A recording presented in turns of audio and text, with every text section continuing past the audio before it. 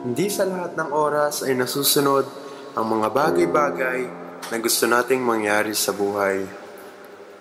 Minsan nagagawa, minsan hindi. Ang buhay ay punong-puno ng problema. Habang tayo ay lumalaki, patuloy na dumarami yan. Ngunit hindi importante kung gaano man yan karami. Ang importante ay kung ilang beses kang babangon sa pagkakadapa mo. Sa tuwing kayo'y nakikita, ako'y napapaluha sa inyong mga sigawan at sakitan, kayo'y aking kinatatakutan. Sa tuwing ikay aking nakikita sa lamesang kinauupuan, ano kaya ang iyong ginagawa? Hawak ang papel na di ko maintindihan. Sa tuwing aking pag-uwi, sa tanong kung nasan si Itay, ang iyong muka ay nagiging malumanay. At sabay magpapayo at hahawak sa aking mga kamay na anak, tuparin mo ang iyong mga pangarap at huwag gagaya kay Itay at kay Inay. Mga katagang hindi ko pa maintindihan kung ano nga ba ang pinanghihiwatig ni Inay. Sa tuwing ako'y may pagsusulit sa inyo'y pinapakita, di alintala ang iyong sasabihin, oo na, sige na. Sa tuwing birthday ko at ako'y sabik sa pag-uwi, umaasang may sasalubong sa akin para bumati. Ngunit aabutang walang katao-tao sa tahanan. Nay, Tay, huwag niyo naman po sanang kalimutan. Kaya't ako'y napapaisip na may halong pangamba. Ganito nga ba talaga ang tunay na pamilya?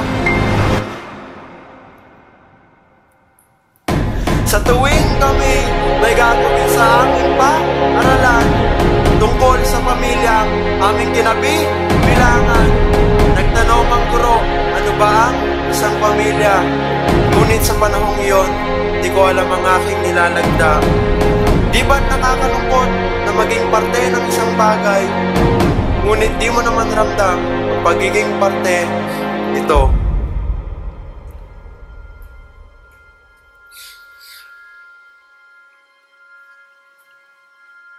Isang araw pag-uwi sa aking dinadaanan, ikay aking nakita kasama ang iyong mga kaibigan.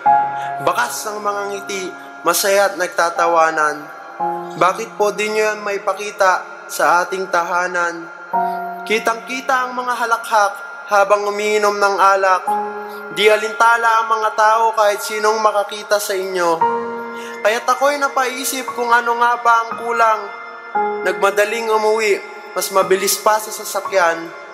Ibalita kay Inay ang pagngiti ng aking Itay.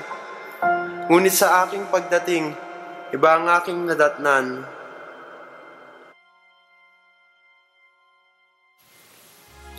Tila nagdilim ang mga ulap ng ikay aking inabutan. Umiyak nang ikay aking nakitang nakahandusay sa sahig nang walang kamalay-malay. Aking tinanong, anong nangyari sa inyo, Inay? Di alam ang gagawin, nataranta na parang bata. Di alam ang gagawin, sinigaw ang mga salitang, tulong! Tulong! Tulungan niyo ang aking ina. Ngunit di dumating ang hinihintay na kaisa-isa. Aking ama, nasan ka? Nasaktan ng labis ng malamang ikaw ang dahilan ng kung bakit si Inay nasaktan. Di malaman kung ano ang tamang reaksyon. Ang magalit o magpatawad sa kung ano man ang rason. Tayo'y nagsalo-salo na naman, ngunit nang walang kahulugan, inabot mo sa akin ang mga paborito kong ulam. Ngunit ayaw ko na ng ganito, ang walang kaguluhang pagsasama ng pamilyang ito. Tumayo sa aking kinauupuan, inilabas ang kalooban, ang matagal na kinikimkim na mga salitang nais bitawan. Ang mga katagang, sana ay may balik na sa dati ang ating kasalukuyan, panahon kung kailan tayong lahat ay tunay na nagmamahalan. Patuloy na nagsalita ang aking bunganga. Sila ay napatitig at animoy napatulala. natulala sa aking winaldas na katotohanan. Napilit kong tinago ang aking nasasaktang karamdaman na makita silang walang kasunduan.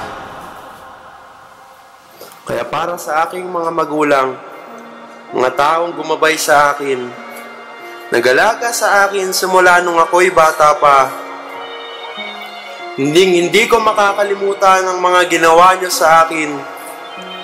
Pumuti man ang aking buhok at tumanda na. Nagpapasalamat ako sa lahat ng inyong nagawa, kahit pa man kayo na ay nahihirapan na.